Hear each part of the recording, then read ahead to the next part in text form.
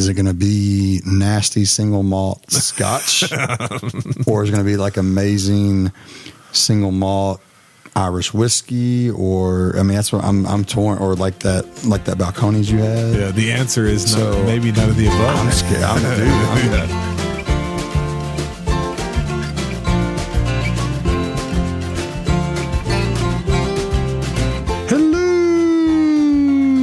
Welcome everybody to episode 116 of The Mashup, the best bourbon conversation you're going to hear all week long. We're your hosts, Anthony and Kenny. What's going on, fella? Hey, Anthony. Hey, Kenny. How you doing? How's it going? You just vibing? I'm just a little bit vibing over here. I'm Ken Arthur. Ken Arthur. What's up, Kenny? What's up, Anthony? Oh, Ken Arthur. You are... Ken Arthur Millicent. That's probably one of the greatest sock profiles in the history of sock profiles. Oh, yeah. Yeah, that one's got a lot of mileage, and it's good mileage, too. Very handsome young lad there with his mullet on that profile picture, too. That's right. He kind of looks like somebody I know, but I'm not quite sure. I think he's all his own on that one. There you go. So what you been up to lately, man? I was actually vacationing, and I got a little bit of vacation hangover. I know you made fun of me and said vacation too much, but I will just say this real quickly. When I was down in South Carolina, usually I go on my normal bourbon hunt to the small stores in the Bluffton, Beaufort, South Carolina area, and it was a very nice and pleasant trip this time, but as far as bourbon hunting goes, very bad. I mean, I kind of feel bad for those folks down there. I came across one store with Buffalo Trace product. Which product? Okay, Eagle Rare. Eagle Rare's $100. Actually, more reasonable than you thought. It was $65 for Eagle Rare. And then when I said, yeah, I'm not good. I'm not going to pay $65 on Eagle Rare. I turned around and said, you got anything else? And she said, we got the Green Weller. I said, oh, the Green Weller. How much you get for that one? $91. Yeah. I was like, nope. And so I tried to do a little bit of bartering. I think I may have texted you about that. No, I did not leave there with any Eagle Rare or Weller. But, usually I buy something. Like I found that Balcones down there the one time, and I thought that was really cool. Things like that. But I came up empty. So that was, vacation, always good with family. A lot of good family time. But bourbon hunting, no good. So how about you, sir? What have you been up to? Man, I've been good. I've had a few good little bourbon experiences. Sounds better than mine. Yeah, man. I mean, we talked about that one last week. Just kind of hanging out with Mossick and a couple of golf guys. Yeah. This last week, I had a really cool experience. Okay.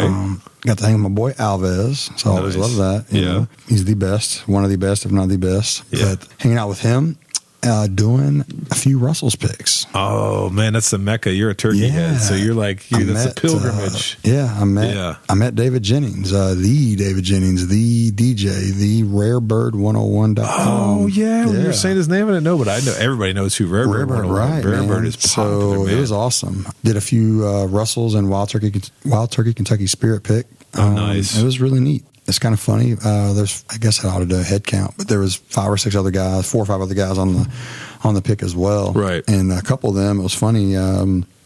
We'd actually interacted through Facebook. We just didn't realize that before. One of the guys was like, "Hey, we actually did a transaction together." You know?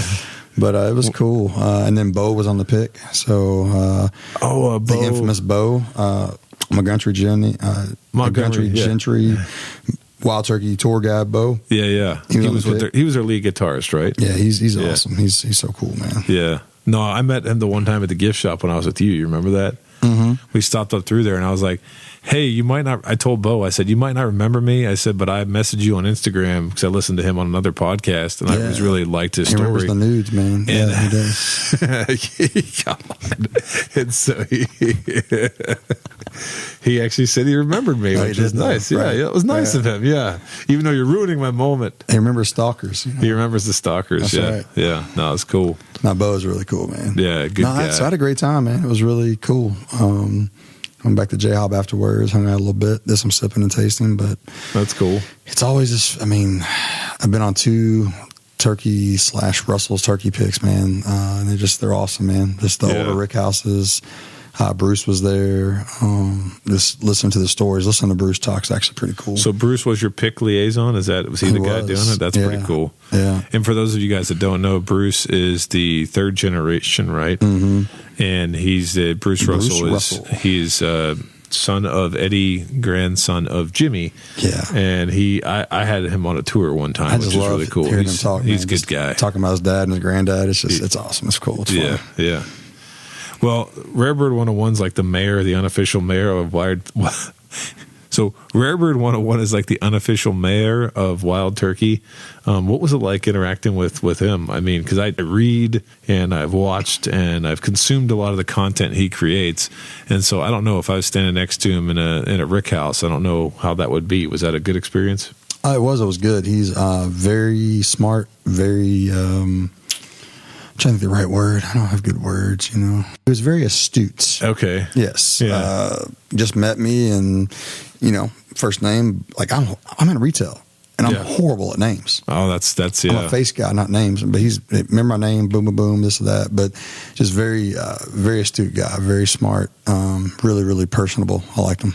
Nice. It was great. We had 9 barrels that we tasted from, and we had to pick 3, so it was good. Do you know if they normally roll out 9 barrels, or do they do that because Rarebird was there and you were there and Alves was there and other nice, good people in the community were there? Do you know? I mean, Bruce and Ryan grew up together, so they might get a little something. And Rarebird is Rarebird is, but the thing is, I think since we're picking 3, I think it's why there was 9. Okay. So I'm pretty sure. I just wondered if you're getting a red carpet treatment up there.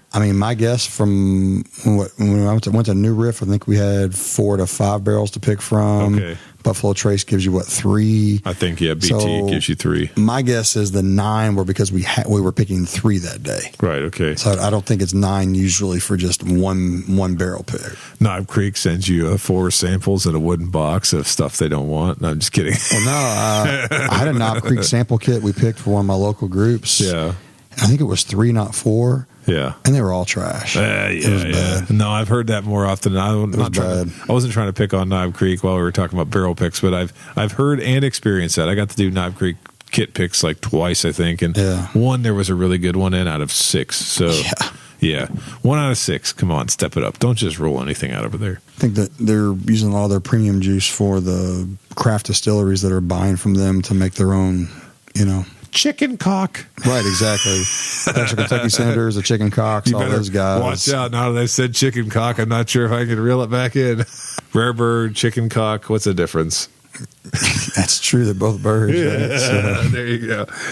No, but he was really cool, man. A really good guy. Well, I like to hear about the stuff and be a little bit jealous, but I think we'll be going on a barrel pick soon, and we'll have to talk about it on another episode. But it's we're going to be picking a barrel for. Well, I'll wait to disclose that after we get a chance to pick it. So, but we're going to be doing that soon together. So then I'll have to annoy you. You've never been on a barrel pick until you've been on one with me. But you've never been on one, right? I know. Well, have you? No, I haven't. I've been on 2. So. Oh, you have been on 2? Okay. Yeah, but they were at different places, which they weren't the big guys. Let's put it that way. Gotcha. So but they're good experiences. So we didn't have any new shout outs this week. And we'd like to remind our listening audience that you can rate and review us on Apple Podcasts, interact with us on social media, and we will give you a shout out the next time we record. But even though we don't have any shout outs, I think before we introduce this bottle, I have to highlight or give a shout out to the people who provided this bottle. So for the last few weeks, actually it's been about a month now, you've heard a ad that is read at the beginning of our podcast for bourbonoutfitter.com. And even though we've read that ad, I've not talked a whole lot about that partnership, but I wanted to quickly give a shout out to bourbonoutfitter.com because they sent us the bottle that we'll be reviewing tonight, and they sent it to me completely. I didn't even know that they were sending it. I basically got a message from their folks that said, we're sending you a bottle as sort of a welcome to the team type of thing, and we hope that you'll review it on your podcast. And so nice. So yeah, I was really excited about that, and we'll get to talking about the bottle here in a second, but I do want to take a moment to pause and acknowledge the packing job that they did. And so some of you guys may have seen it took you about 20 minutes to the Instagram video that I posted, and they said that they pack their product well and they try to ship in a timely manner, but I had no idea what I was in for. So I won't mention other retailers. And Kenny, you've ordered bourbon from an array of online retailers, correct? Yeah, and I'm not gonna mention that place. Yeah, you don't have to mention the names. He's a nice guy. Yeah, you don't need to mention but, names. Oh my gosh, it's night and day difference on the packaging. Right. So many places that I've ordered bourbon from in the past, I get a box that has a label on it that says fragile, if you fragile, Italian. Yeah, that wonderful stuff. And usually it's very much like one layer of bubble wrap wrapped around the bottle, and it's not even taped. Yeah, it's not even taped. It's just the bubble wrap comes loose off the bottle, loose in the box, kind of thing. Luckily, I've not received anything damaged when I've ordered online, but I mean, I've not ordered enough. I know other people have received damaged bottles, but with BourbonOutfitter.com, their shipping and their packaging was immaculate. So the bottle, which we'll get to here in a second, was actually wrapped about, I don't know how many times, with like a plastic wrap or saran wrap, like from top to bottom. And then it was also wrapped in a bubble wrap sleeve. And then also, what is that called? What are those bottle protectors called? They have a special name? Those are those little wine saver bags. Yeah, I'm sorry, wine shippers. Wine shippers. So you put the bottle in that bag and you inflate it, and then around that was paper. And so you'll see, it is bomb-proof packaging. Like, I mean, Kenny, you ever seen packaging like that? Not from a retailer. Okay. From us. People in the community. The degenerates in the community that ship bottles to each other. Yeah. We might do that. One thing that was missing was like a little box of Tic Tacs or a box of nasty candy to give the little shaking sound. Shake it, yeah. I often put like coffee beans in a little cup or something like that. Yeah, I'm guilty of that, and I've gotten stuff like that too. So yeah, kudos to them on the pack job. If you get the opportunity to go to Bourbon Outfitter, visit them, and use code the mashup at checkout, you can receive a special discount. And I definitely think you should go check them out, especially if you're on the look for some really rare and unique spirits. Yeah, and you'll want to check them out very soon. I got a text today from my boy Justin Sloan. Okay. One of the owners of J-Hob and BourbonOutfitter.com. Right. They are going to be bottling the new batch 2 of the Blackwood Toasted Rye. Oh, man, you've had me. I've tried that over here, and that's some delicious stuff, batch 1, man. Once I tasted it, I bought a case. Oh, God. That case is 6. Just buy the case. It wasn't a 12. Not 12. 12 bottle case. So. But then, like, about a month later, I bought another case. So, right. Yeah, I've got 2 cases of that, man. It's delicious. So awesome. I'm excited to try batch 2. So, Kenny, we actually have this wonderful bottle provided to us from Bourbon Outfitter, and it is called the JT Meleck Louisiana Handcrafted Rice Whiskey.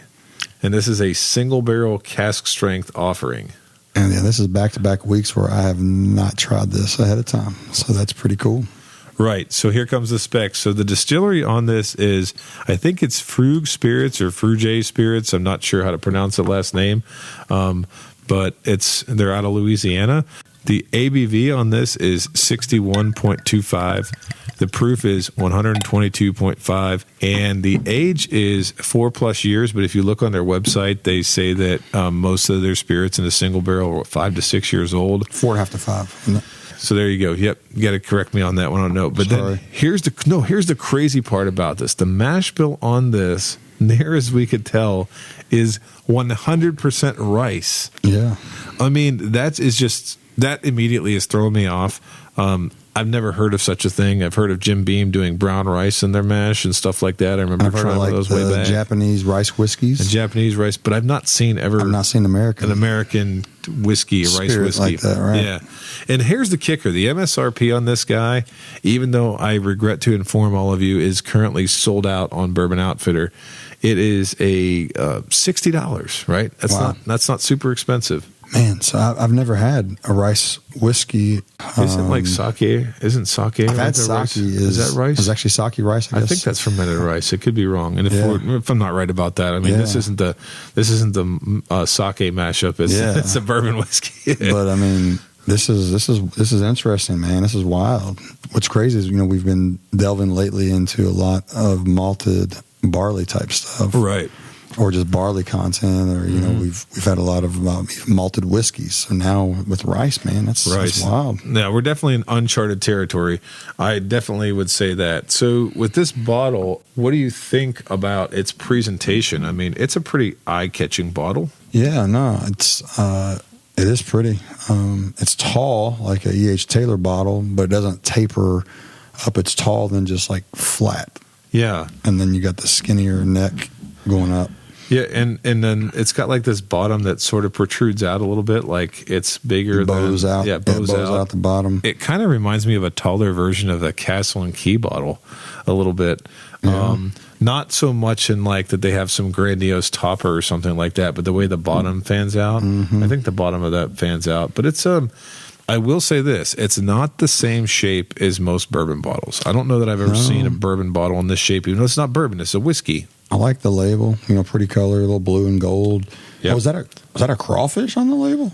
Oh yeah, no, it is. That is a crawfish. It's like a gold embossed crawfish. Oh wow, yeah. And interesting.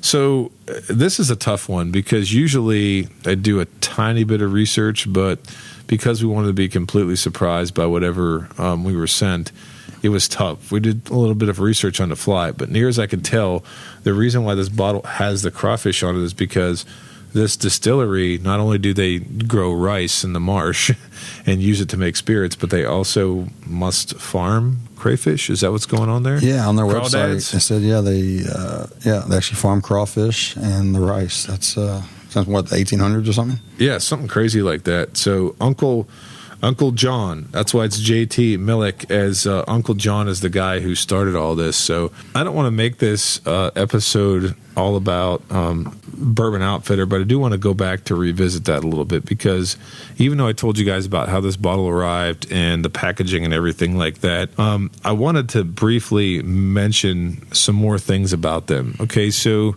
they are a online purveyor of spirits and cigars and other things like that. But a lot of people online that see Bourbon Outfitter, they immediately think that it's not legit. And the reason why they think it's not legit is because people are so used to seeing online spirit sales that are scammy in nature.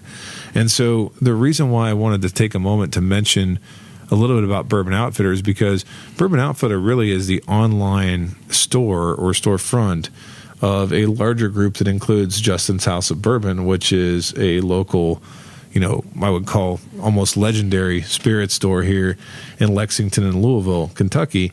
And they sort of just recently got into this online business over the last couple of years. And so I can assure you that we know the people that run Bourbon Outfitter. They're great people, and they run a really nice website that offers you an array of different products. Now, Kenny, you told me he's making faces at me over there. Yeah, I'm nervous what he's going to say. When we were approached about doing the partnership, and Steve and I were approached about doing this partnership with Bourbon Outfitter, you said, can I say what you said? Sure. Yeah.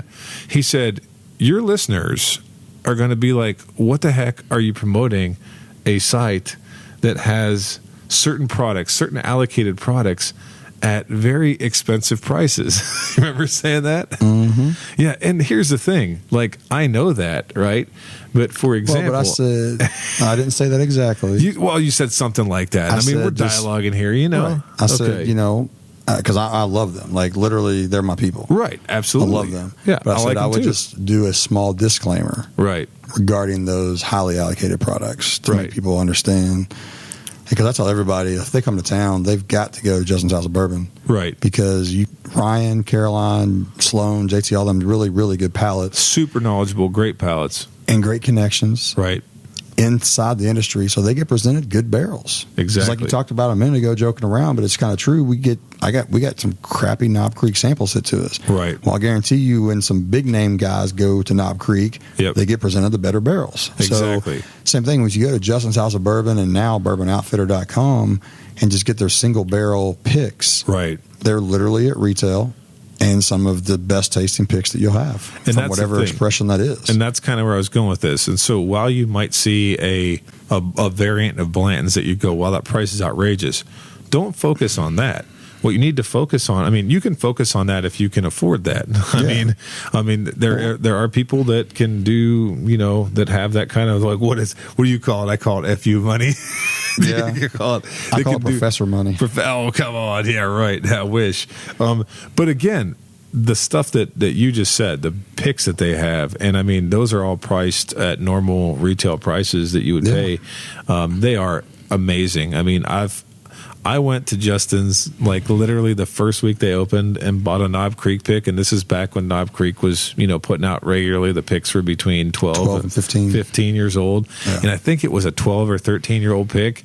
And I had other Knob Creek picks open at the time. Crushed them. I went home and opened that one, and I had them all side by side, and I was like, man.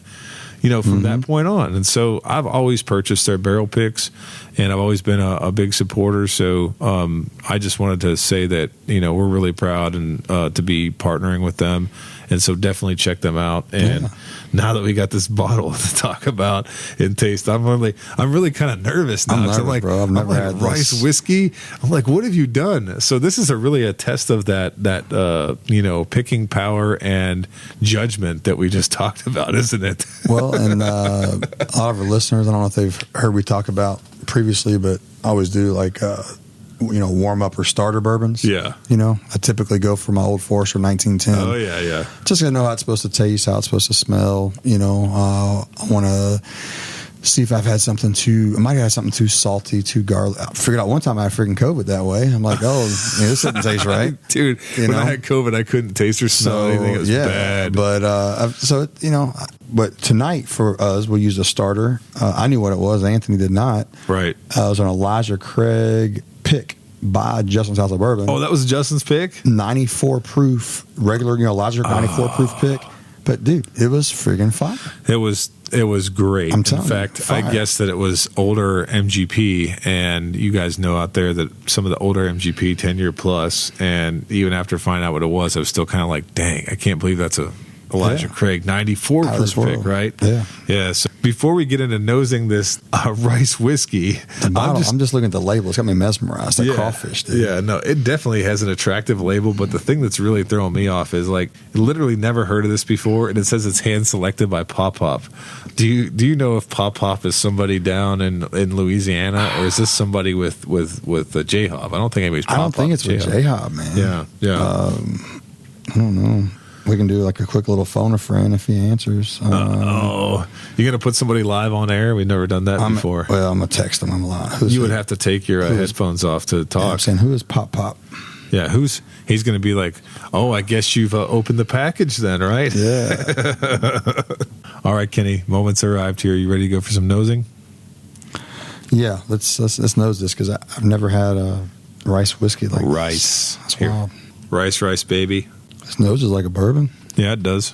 It's like, it's interesting because I can definitely pick up the ethanol pop on a nose. Like, it's definitely not tame at 122 proof, but it has like this really nice, subtle, sweet smell to it. It does. And I'd like to say it leans more on the vanilla side than it does on the like any kind of caramel, if you're going to pick up any classic bourbon notes. But I see the vanilla side or just a creamy side too, like a creamy. Yeah, it's like a creamy sweetness that's almost like a bit of a frosting smell. But then there is something that after it's like something pudding, bro. Is it pudding? Think about pudding versus frosting. No, I can like get vanilla pudding. I can get on board with vanilla pudding. A little snack pack. Yeah. But what's really interesting is so normally I wouldn't talk about the scent of the alcohol, right? Because most people aren't interested in knowing about the ethanol. But this has you can definitely pick up the proofiness to it. But when you pick it up, it's like very much in the back of your nose. And it has like a different, it's not like a jet fuel burn. It's like a nice, pleasant, even, I don't know how to explain it. It's just, it has it gives off a different aroma than a traditional bourbon. Yeah, I mean, it's definitely more bourbon-esque though. But right. It's definitely different though, you can tell. Do you pick up any of the actual rice? So do you eat a lot of rice? I do not. I mean, I've obviously eaten rice a bunch over the years, Right. but I don't eat rice on the regular. Well, I had some rice today at lunch, as luck would have it, in the cafeteria. But the cafeteria sometimes over at the local university that I work at doesn't do the best job with some of their food. And so... This doesn't smell like rice to me, though. Yeah, no, wait. Well, here's where I'm going with this. This is all I'm picking up at all about rice. So they had a big pan of rice out, but the rice wasn't fully cooked. Mm-hmm. Right? So I didn't know that until I got it, but I could smell the rice. And when I say I could smell it, I could just smell the faintness of like what rice smells like when it's cooking. And I feel like that's right at the back of the end of this, just very slightly. It definitely could be. And I do not have a great nose, that's for sure. Because I'm always congested as crap. Hey, don't say anything negative about your nose. Your nose is nice. Yeah. Everyone knows my papaw. There my you go. papaw's nose. You get your papaw's nose. There you go. And you know that when I moved. Speaking of, family, yeah, I'm surprised my mom has not written a review. She loves listening to us. Really? Loves it. Well, hello, Mama. I'm glad that you listened to us, and definitely give us a 5-star review so we can give you a shout out next time we record. Yes. Yeah. But no, I'll talk about the amazing son of... No, I'm just teasing. There you go. Talk about, say, my son is amazing, and his friend is even more amazing. No, I'm just kidding. Obviously, both of us being shocked about this being a rice-based mash bill. We looked up the JT Meleck website, and we noticed that they actually have one, or how they started doing this was what do they produce first? They produce vodka first, right? Yeah. And so if you listen to, they have like a really nice video that populates when you go to their website, and it's their founder and owner who's talking about the traditions of his family, not uncommon in bourbon, right? Or any spirits, to say like, oh, I'm great grandson of the person that farmed this land, and that's fine, but it's authentic. It feels very authentic.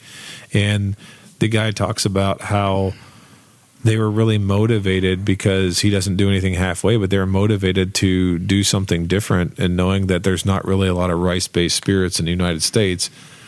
He literally knew nothing about distilling until he went to like some kind of vodka council and started distilling rice-based vodka. Shortly after the vodka that they produced, which he actually says himself he really likes to drink martinis, and when he tasted it with the vodka they produced, he was so shocked that he thought, how can we expand this? So they are out to be the best purveyor of rice-based spirits in the United States. And so without a lot of competitors, I could just see how they would be going against a lot of the big guys. And so I'm really excited to taste this. Yeah, I'm very excited, actually. Is it going to be nasty single malt Scotch, or is it going to be like amazing single malt Irish whiskey? Or that's what I'm torn. Or like that Balcones you had. Yeah, the answer is maybe none of the above. I'm scared. I'm literally torn. I don't know. All right, should we go in for the taste here?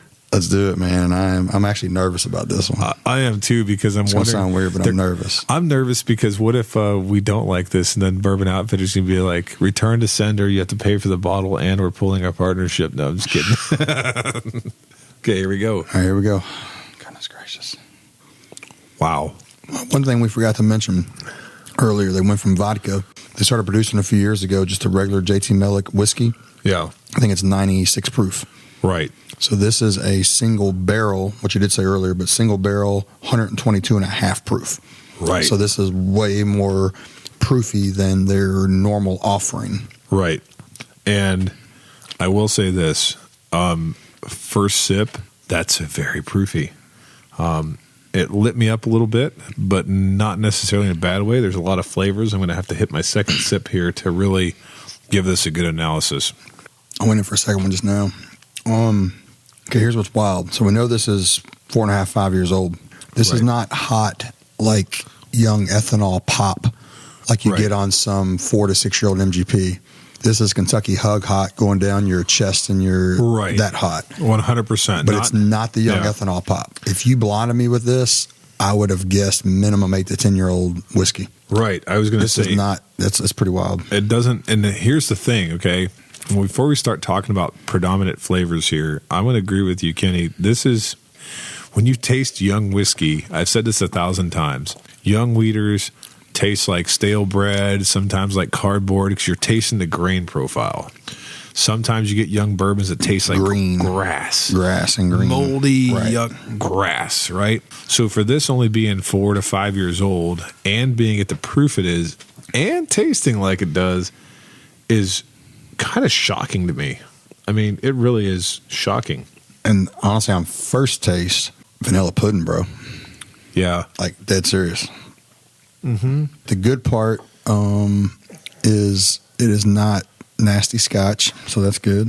With single malt, you know what I'm saying? Like, that's the thing. I've tried to like scotch, man. I've had some really great bourbon buddies that are big into scotch that have presented me with some really, really premium scotches, and it's just not my jam, man. Right.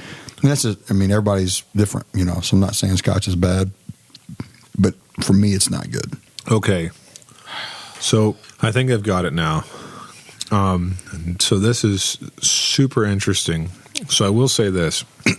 I think that my predominant flavors that I'm getting, so you have to really follow me on this one because this is going down the rabbit hole now. You said vanilla pudding, okay, but there's a Greek style. You ever had rice pudding? Yeah. Okay. So I don't know if this was something that was more Americanized or if it was something that was Greek from my upbringing, but my grandmother always used to make like a rice pudding and she'd sprinkle cinnamon on top of it. Okay. And what I'm tasting is similar to those flavors. So it's like the finish is cinnamony. Milk-based. The finish. Right. The finish is cinnamon. I didn't get on the first 2 sips. My third sip, I got it. A little bit of cinnamon. And it also has the upfront sweetness that almost presents a little bit like condensed cream or milk. Which people put condensed milk in rice. Right, like a sweetness to that. Are you really thinking that? Yeah, I'm serious. That's read your mind. That's cool. I was thinking that the same way. because here's what I was thinking. Initially, I thought I was going to say like a regular caramel, but it's not caramel. It's like a sweetness of a condensed milk, which mimics the kind of flavors I'm saying you pudding. It might be from more rice pudding, but it might be more. Yeah, that's wild. Yeah. What's wild about this is it's more vanilla forward, and so it's got like it's kind of going all over the place for me. I kind of want this to open up more. And how much was this? $60. $60. 122 proof for $60 that tastes like, dude, wow. Yeah, exactly. Wow. Think about again, I don't want to pick on certain brands, but there's a lot of 5-year-old cask strength juice that costs $80 to $90 to $100. That is just hot to be hot. It's all over the place. Yeah. So immature. All right. Before I take his next drink, I'm going to go into this as if I'm being blinded with this. Right. Okay. What's my thought process on this? So let's see. I want to hear it. This definitely tastes, 8-year-old, 9-year-old minimum. I don't know why. It tastes a little older even though it's young. But also when I was going into it just fresh, trying to act like it's a blind, I picked up a slight twang on the very front. I'm not going to say vinegar-like, but a slight twang on the front. Maybe vinegar-like. I don't know. So definitely vanilla, but a slight little, because I'm trying to go in blind. My mind is trying to go everywhere, not just, hey, do I like it? Hey, which distillery potentially, because I'm, trying to guess age-proof distillate. Right. And I get a little twang on that, still get the vanilla, still get the cinnamon at the very end, but I did just notice a little Sharpie kind of twang, and I just associate it with maybe vinegar is what I associate it with, but that might be the wrong association on the front. I don't think so. I think if there's any youth to this, I think that's probably, do you remember at the beginning when I was talking about what my nosing was like and how I was catching something in the back that I said the alcohol smells a little bit different than it normally would? Yeah. I hope that, the good folks at this distillery aren't going to listen to this episode if they ever do and think like this guy doesn't know what he's talking about. But I think about rice vinegar that's part of making sushi. Okay. Yeah. And that smell is similar. So maybe what you're tasting might be not that far off. Right. And so maybe in 100% rice grain, if it's younger, or who knows, maybe that's just part of the flavor profile that has to be somewhere. Rice is a high starch content stuff, right? Yeah. Very high starch. Incredibly high starch. When I was reading on their website about something, they had I guess with the rice, you're converting the starches to sugars first and then sugars to alcohol. It's like a longer fermentation process or something, maybe. Well, that's what I was wondering. I didn't know how that fermentation process worked versus before when you're in. I wonder. Man. This is above my pay grade. I think we don't know. And we've talked about this, rye develops the soonest. That's why distilleries put out young ryes that can still be great tasting. You put out a 4-year-old rye is going to crush a 4-year-old bourbon 99% of the time. Mm-hmm. That's it. Wheat takes longer to develop. That's why young wheaters just aren't near as good as older wheaters usually. Yeah. Then we've been lately on a malted barley or a barley kick, right. with the old Louisville pick, the rare character exceptionals, Little Book, those things. Yep. Malt takes a longer time to develop too, just like wheat. I wonder where rice falls into this. And I was thinking to myself too, like, the reason I say it, this at 4.5, 5 years old, right, to me is very good. Yep. So is this going to be a absolute crush, bang, killer at 7 years old and 8 years old as compared to 5? See, I don't know. I'd love to know. I haven't done any research. This is all, we're doing this fresh. We're doing this without any research. Exactly. And I will say this. Do you remember Beam when they did their Mastercraft series? No, it's before your time. No, I don't actually, man. Yeah. So, interestingly enough, back in like maybe 2017, when you could still talk about online spirits, there's a place out of California I used to buy some stuff from because I couldn't find it here in Kentucky. And they had the whole Jim Beam Mastercraft series, which was like 6 or 7 different experimental bourbons. They released in 375 bottles, something like that. And one of them was an 8-year-old brown rice whiskey. And I think that brown rice was a predominant grain or a flavoring grain in that whiskey. And it was only like, classic Beam. They like put those out at like, 90 proof or something like that, or 100 proof. They weren't very high proof. And I remember liking it enough. It was okay. And then since then, they've used the brown rice mash bill and Basil Hayden's, I believe, that toasted as a brown rice mash bill. And the Little Book 6 has some brown rice in it. Little Book 6 has, and 4 had brown rice in it. So, but I remember thinking to myself, I thought 6 had. 6 did, didn't 6 did too, I think. Maybe. I'm no, not but sure. it didn't. No.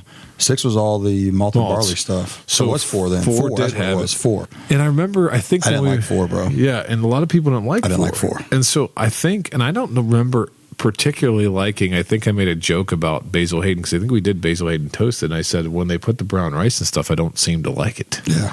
So, but that's a completely different thing than this because obviously Jim Beam's blending it with other stuff and they're using flavoring grains. This is apparently 100% rice, so it's a different animal, but it really makes me wonder and think about if this is something that, again, it's going to be the next thing. Like, who else is doing this, Well, all right, so we did the Rare Character Exceptional Series episode.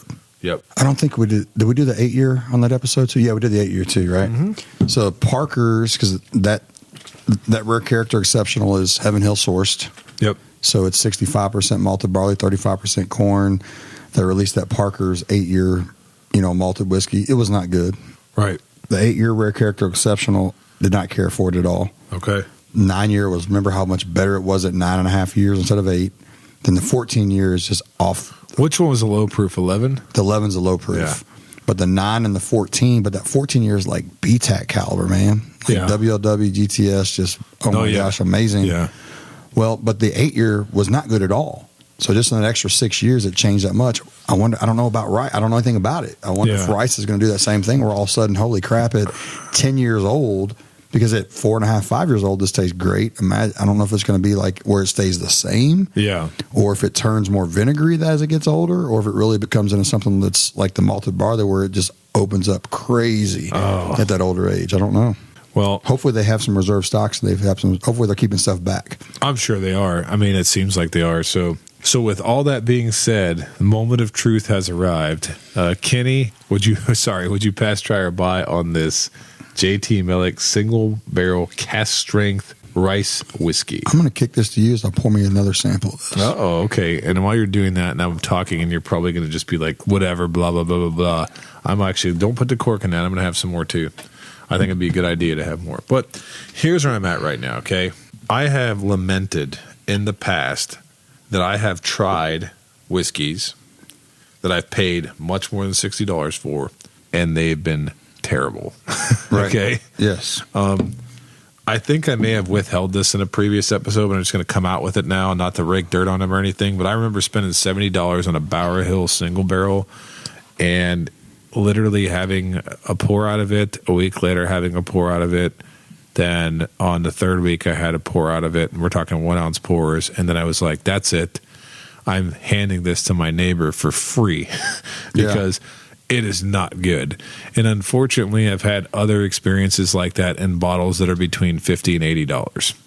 So knowing what I know about the folks that helped procure this and the fact that it tastes the way it does, I'm honestly going to recommend in my in-between a Try Plus. And the reason why I'm a Try Plus instead of an automatic buy is because I want to experience more of the catalog, right? They have lower proof stuff. They got other picks. They got other spirits to try. But I am thoroughly impressed with this. I know that this was sent to us, but one thing I did, I talked to Alvis and I said, I don't know what you sent me, and I'm really interested to see what you sent me. And he said, I think you're going to like it. Well, I do like it. And then after that, he said, it's sold out right now on the website, but we're in talks to do more picks with them. So this will definitely be something that we have more of in the future. And I was like, you know what? I'm like, I hope it's something good because I'm going to, hopefully going to buy it again. So I guess if they're picking the barrels and I have a chance to buy stuff in the future, I probably would. But, unless I'm saying Try Plus, which is a very high rating for me. Well, I am going to throw a complete curveball. Uh-oh, here we go. That's what it's about. That's what we do. This might be the first time in mashup history here. Okay. All right. Here we Anthony, go. Anthony? Oh, geez. My clothes are on, right? Okay. Where are we going with this? Close your eyes, my brother. Oh, God. Close your eyes. All right. Uh-oh. I'm going to blind you real quick. Uh-oh. I'm getting blinded. Live on camera. Or not camera, but... Yeah, I know what you mean. So I'm covered my eyes here. You keep talking. And I'm waiting for Kenny to pour something. This is pretty exciting because Kenny's got some good whiskeys, but I'm waiting to see what he's pouring me here because I think that this is going to be something that's going to either push me one direction or the other. Is that what you're trying to do, man? Yes, sir. Okay. You can still hear him because his voice probably being picked up by one of the mics here. Yeah, we can hear you. You're good. How many blinds you pouring now? All right, just one. Okay. You can open. All right, here we go. So do I have to taste this while you're giving me your assessment, or are you going to give the assessment while I'm tasting it here? You are going to taste while I talk. There we go. All right, so you're a Try Plus. Okay. So without knowing... Oh, well, you already sipped. Where are you at? Oh, yeah, I just took a sip. Okay. I don't know if it's just me just wanting something different because I'm just tired of the bombardment. Of the big guys. Of the big guys, or the bombardment of, hey, here's a 2-year Hardin's Creek for $120, or here's another 6-7 year MGP finished in something that's only 6-7 years old and it's $120 kind of stuff. Right. I'm a solid buy on this. Okay. Maybe just because I want something different. Right. Now, if the price was $79, $89, right, I'd be a try. Gotcha. So if that makes sense or not, but it does. But at the $59, I'm a buy all day long. No, the price is great on this. And I guess if it were to hit $79, $89, I would be a try, because once you hit the $79, $89, you're back into my Elijah Craig barrel proof, pricing point. Okay. And it just can't compete. I don't think as much with, like we talked about on the previous episode, some batches. Right. 2022 was not a good year. 2023 was great. 2021 was very good. 2020 was awesome. But at $59, to me, this is a buy, hands down buy for me. All right. So you're going to tell me what you did with this blind over here, or what you were expecting here? Just would you pass try buy on that? On the one I'm sipping. I'm sipping right now, yeah. Let me see here. Well, and what's your flavor? What's some of your notes compared to that? Go back to the JT Meleck. Which one do you like better, worse? Those kind of things. Well, it's interesting. I'm assuming that this is more of a traditional bourbon that you poured in the left glass. I could be completely wrong. The oak is a little bit sharper. Mm-hmm. It's got good upfront flavors, but it's a little bit astringent. It's harsher and astringent, right? Yeah, it's more harsh and astringent. So I don't know. I was actually going to say that, like, I might be a try minus on this one. Like, right. And the only reason I'm saying try minus is because I don't think I like it. I haven't sipped the Meleck. Go back to the Meleck now that you've had that. Okay. And while you're doing that, what I'm going to say on this, so I was very fortunate enough to try probably 100 samples of Marianne Eve's Forbidden. Okay. Before she released Forbidden. You know, we were basically going through her single barrels that she had. Very fortunate. She's awesome. But my wife awesome, and I, man. yeah. So me, her, Mosick, my wife tried a ton of their samples. Okay. Her samples just to help kind of eliminate which ones, you know, might qualify for single barrel program, which ones are ready now, blah, blah, blah, blah, blah. Right. When I tasted this, it reminded me a lot of her Forbidden, not necessarily taste profile, but hers was young, but did not taste young. You didn't get the green, the sharpness, the grass. Now hers is actually a white winter wheat. I remember hearing that. And think about wheat in general. I talked about it takes longer to develop. This was not like that at all. So hers was very soft. It was white. Was it white corn and white wheat first? Yeah. So white corn, white wheat. Very soft, especially be that young. So this here to me, like you said, you even said it a minute ago without me even, it was my thoughts, but you said it out loud. It doesn't have that sharpness, that harshness, even though it's younger. Yeah. And that's why this kind of brought me to think, oh, wow, Forbidden from the standpoint of just younger but not sharp and harsh is really, you know, unique and good. So between these two samples, I actually prefer the Meleck over this. And I'd love to know what you blinded me with now, because now it's like... well, and that's... I just blinded you with a $59 New Riff single barrel. Wow. Yeah. I like New Riff. Right. But I'm saying this is... and I'm picking this over the New Riff. And the New Riff still tastes younger. Right. You're exactly right. It's young and it tastes young. This does not taste young, even though is this New Riff a barrel pick, like somebody like a club did it or something? A club as in Justin's House of Bourbon Club, yes. Oh, so this is J-Hob to J-Hob. Well, J-Hob, New Riff to... Now, this is not my number 6237, the best New Riff ever. Blah, blah, blah, blah, blah, whatever. That's right. It's not my J-Hob 6237 barrel pick, but no, it's a J-Hob pick. It's very good for New Riff. It's good. That's why I want you to take about a $60 bottle and try them side by side. That's why I'm a definite buy on this JT Meleck. Yeah, you know what?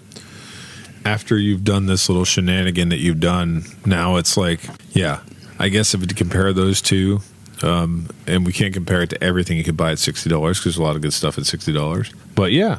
I'm leaning more toward buying. Yeah, but I think Tri Plus is a good place to be for you. I mean, seriously, I think Tri Plus is good. Yeah, and here's the thing: this I have to assume was selected by.